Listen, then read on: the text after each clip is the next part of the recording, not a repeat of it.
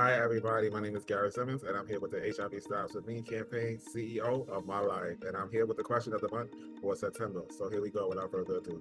How has living out loud by being so public with your HIV status benefited and or harmed your life?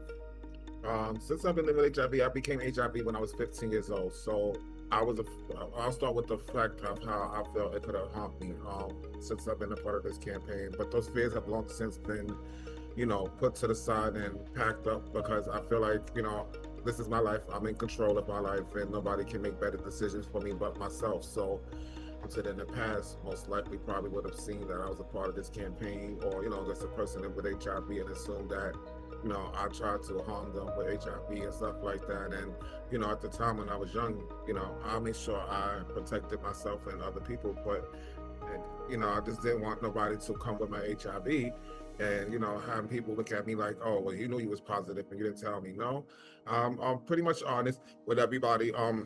But in life, things have a way of blowing back on you. So for me, um, the chapter has closed and it's gone away.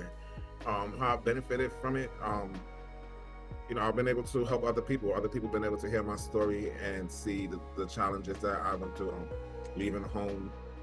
The story that most of my brothers and sisters in the LGBTQIA community, and even in me, unfortunately, my challenges were a little bit different from others, and I felt isolated. I felt like with HIV, or if I didn't come to terms that that this is not the fact that I was able to express who I am and what I'm living with and what I'm dealing with on a consistent. Me having HIV doesn't change anything, just as much as a person having cancer, and we're dealing with it. We're making the best out of our situation.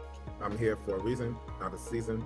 And I'm here, by passing a good message on and the courage, today's a different day. And if once what we do now counts and how we treat people counts moving forward, of me, and just, be open and honest, but there's also been a curse, like a way too. I can say that. I've lost a lot of friends.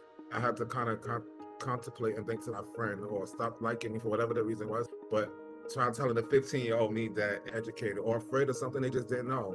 But today, I'm able to tell my truth. I want to share some day, and you know, I think there's no greater agony than bearing an untold story inside you.